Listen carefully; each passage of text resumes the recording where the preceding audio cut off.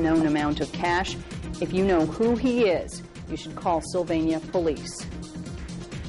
The Social Security number code might have been cracked. According to two researchers out of Pittsburgh, they say they figured out how the numbers are assigned, and that could lead to even more identity theft cases in the U.S.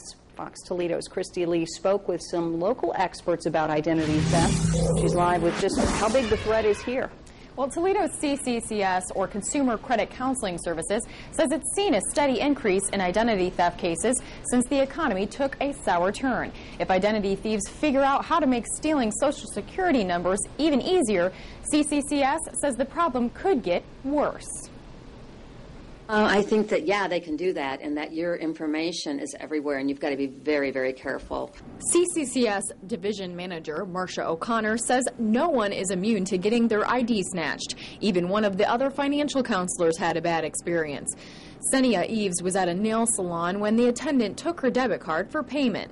So basically what happened is I wasn't, keeping an eye on my own debit card. So all they need is that card number. They don't need the debit card at all. So I still have the debit card, but my card was being used elsewhere. Eves says it was an irritating hassle to get her bank accounts back to normal, so prevention is key.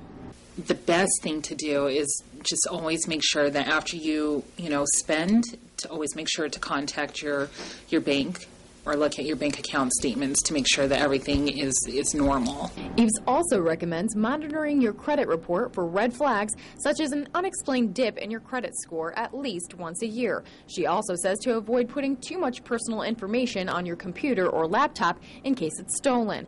Now, if you find a suspicious charge or withdrawal or are a victim of identity theft, Eves says to do the following. Close all accounts affected. File a police report right away. Call the Federal Trade Commission and follow up with a credit counseling session to clear your record. Make sure that nobody else has your identity, because they can run with it, and that's their job. And that's what they do really well, and they can go off and they can use up that credit card really quickly. Now, there is identity theft insurance, but O'Connor doesn't recommend it. She says it's costly, and ID thieves may find ways to use your identity for accounts and charges the insurance wouldn't cover. She says it's best to monitor your credit on your own. Check out this story on FoxToledo.com for a link that spells out how to do that. Reporting live, Christy Lee, Fox Toledo News, First Edition.